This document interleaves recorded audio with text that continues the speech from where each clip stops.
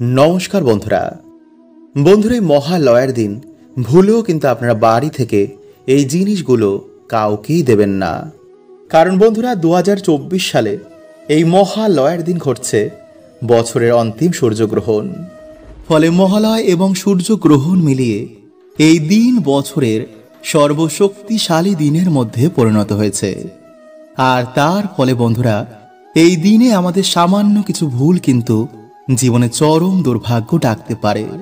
তাই কবে এবং কখন থেকে শুরু হচ্ছে এ বছরের সূর্যগ্রহণ এবং এই দিনে আপনারা কি কি কার্য করবেন এবং কি কি কার্য এই দিনে আমাদের ভুল করেও করতে নেই।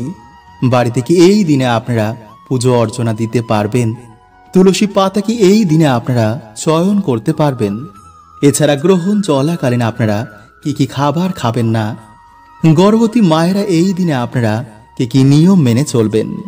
এই সকল তথ্য বন্ধুরা আমরা আজকের এই ভিডিওতে জানব।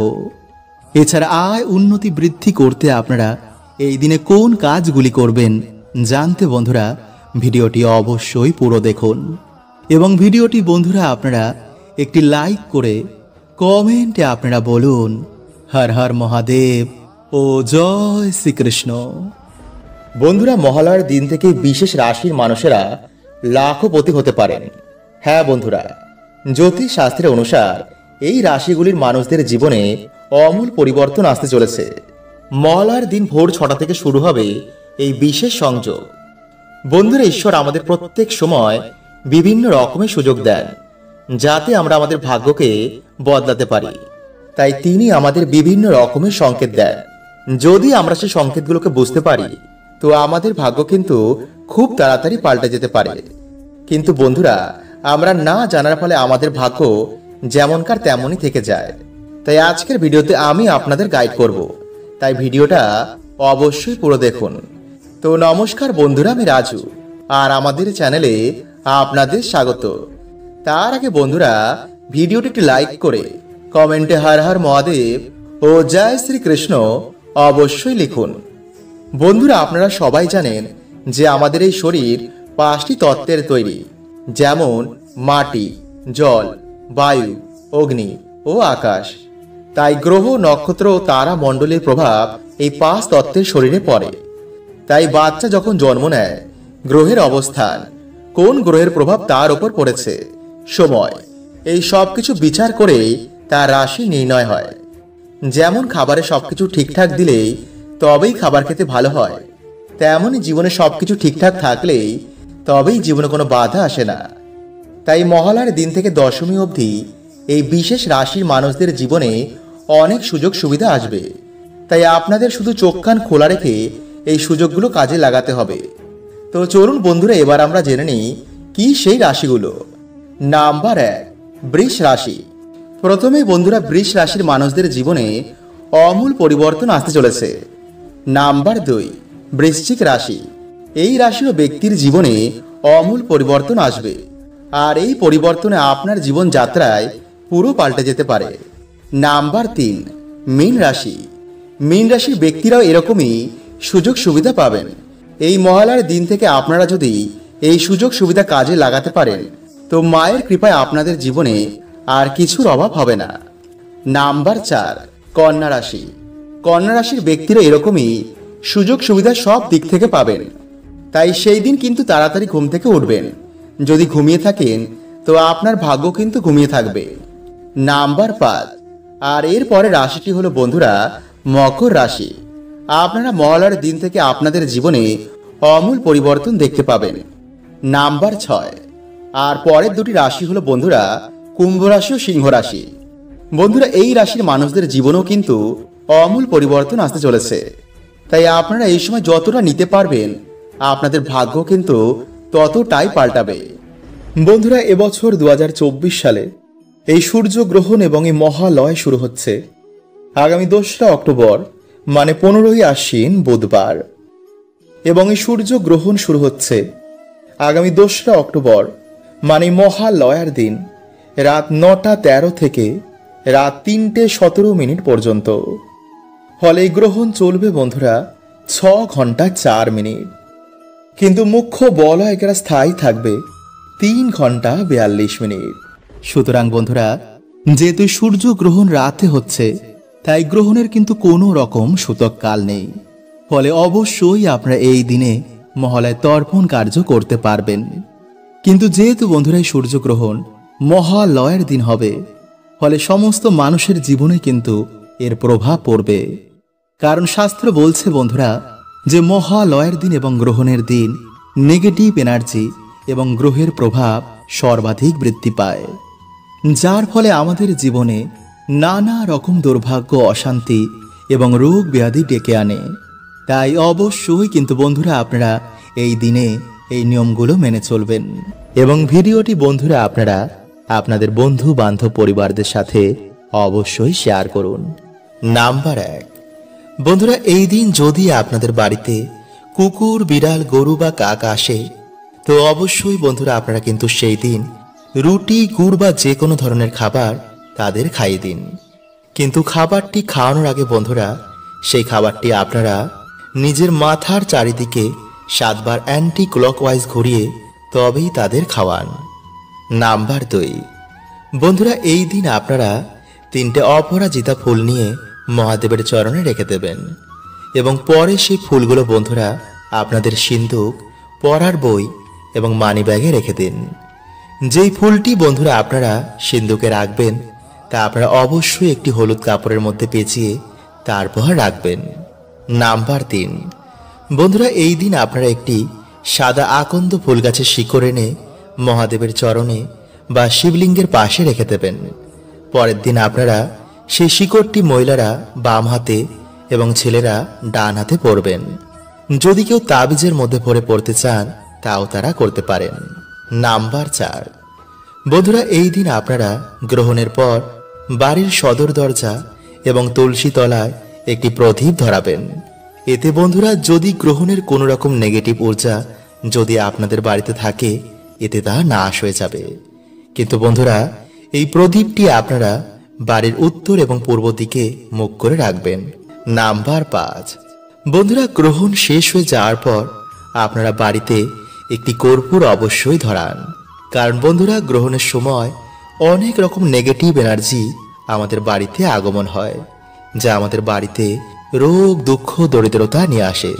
তাই যদি বন্ধুরা আপনারা এই গ্রহণের পর বাড়িতে একটি কর্পূর ধরান, তো বন্ধুরা এর গন্ধ নেগেটিভ এনার্জিরা একদমই সহ্য করতে পারে না, যার ফলে বন্ধুরা কোনো রকম নেগেটিভ এনার্জির প্রভাব আপনাদের বাড়িতে থাকবে না। ফলে সারা বছর আপনাদের বাড়িতে সুখ শান্তি বিরাজ করবে।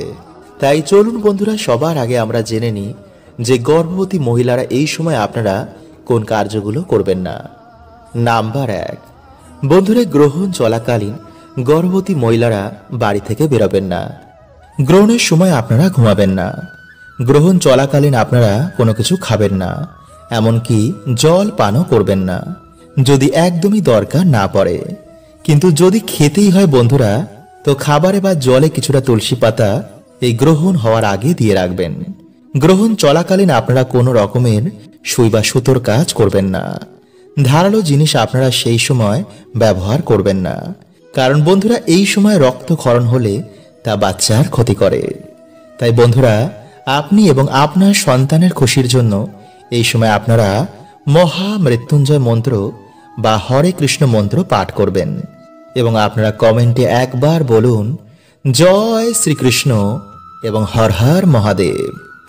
নাম্বার 2, বন্ধুরা গ্রহণ চলাকালীন আপনারা কোনো রকমের কোনো শুভ কার্য যেমন পুজো অর্চনা, দান, ধর্ম এগুলো করবেন না। নাম্বার 3, বন্ধুরা গ্রহণের সময় কোনো রকমের আপনারা গাছপালা, চুল, দাড়ি এগুলো কাটবেন না। সুই সুতোর সেলাই, কাচাকাচি এই সময় করবেন না। গাছ থেকে তুলসী পাতা এই সময় ছিঁড়বেন না। নাম্বার 4, বন্ধুরা এই সময় কোনো রকমের আপনারা শারীরিক মিলন করবেন না এবং গ্রহণ হয়ে যাওয়ার পর আপনারা নিজের ঘরটি ভালো করে মুছবেন এবং সন্ধেবেলায় আপনারা গ্রহণ শেষে আপনাদের যে মেইন দরজা রয়েছে যেখান থেকে আপনারা ঘরে প্রবেশ করেন সেখানে একটি মাটির প্রদীপ ধরাবেন। এতে বন্ধুরা আপনাদের বাড়িতে কোনো গ্রহণের খারাপ প্রভাব পড়বে না। নাম্বার 5, বন্ধুরা গ্রহণের দিন আপনারা আমিষ এবং কোনো রকমের মদ্যপান করবেন না। মানে তামসিক ভোজন সেই দিন আপনারা খাবেন না, বিশেষ করে এই গ্রহণের সময়। বন্ধুরা, পবিত্র আশ্বিন মাসে ভুলেও ওই 4টি জিনিস কাউকে দেবেন না, আর কেউ দিলে নেবেন না, নইলে কিন্তু সর্বনাশ হতে পারে। তাই আজকের ভিডিওতে এমনই 4টি জিনিসের কথা বলবো, তা যদি আপনি দান করে দেন বা কেউ দিলেই নিয়ে নেন, তো এতে আপনার পরিবারের ওপর সংকট আসতে পারে। বন্ধুরা, এই আশ্বিন মাস মা দুর্গার মাস, আর কিছু দিনের মধ্যে মা আসছেন, আর এর থেকে ভালো খবর আর কি হতে পারে, তাই না? গরিব বড়লোক যেই হোক না কেন, মা আসার আনন্দে সবাই উৎসাহিত হয়ে ওঠে। তাই বন্ধুরা, এই আশ্বিন মাসে ভুলেও এমন কিছু ভুল করবেন না যাতে এর প্রভাব আপনার পরিবারের ওপর পড়ে। তো নমস্কার বন্ধুরা, আমি রাজু, আর আমাদের চ্যানেলে আপনাদের স্বাগত। তার আগে বন্ধুরা, ভিডিওটিকে লাইক করে কমেন্টে হর হর মহাদেব ও জয় শ্রীকৃষ্ণ অবশ্যই লিখুন। বন্ধুরা, একটা বাড়ি তখনই প্রসন্ন থাকে যখন সেই বাড়িতে আর্থিক সমস্যা, কোনো অসুখ বিসুখ না থাকে, যখন সবাই মিলে মিশে আনন্দে থাকে। তাই প্রত্যেক বছর যখন মা আসেন, আমরা মায়ের কাছে প্রার্থনা করি যাতে মা সবাইকে ভালো রাখেন। তাই বন্ধুরা, মা আসার আগে এই জিনিসগুলো দেওয়া নেওয়া করবেন না, এতে আপনার পরিবারের ওপর সংকট আসতে পারে। তো চলুন বন্ধুরা, এবার আমরা জেনে নিই কি সেই জিনিসগুলো। নাম্বার 1, চাল। বন্ধুরা, ভুলেও আশ্বিন মাসে সূর্যাস্তের পর কখনো চাল দান করবেন না, আর কারোর কাছ থেকে নেবেন না। যদি দিতেই হয় তো দিনের বেলায় দেবেন, আর যদি সন্ধ্যাবেলায় এমনটা করে ফেলেন তো মা লক্ষ্মী আপনার ওপর রুষ্ট হতে পারেন, আর এতে আপনাদের পরিবার পুরো ছারখার হতে পারে। নাম্বার 2, ঝাঁটা।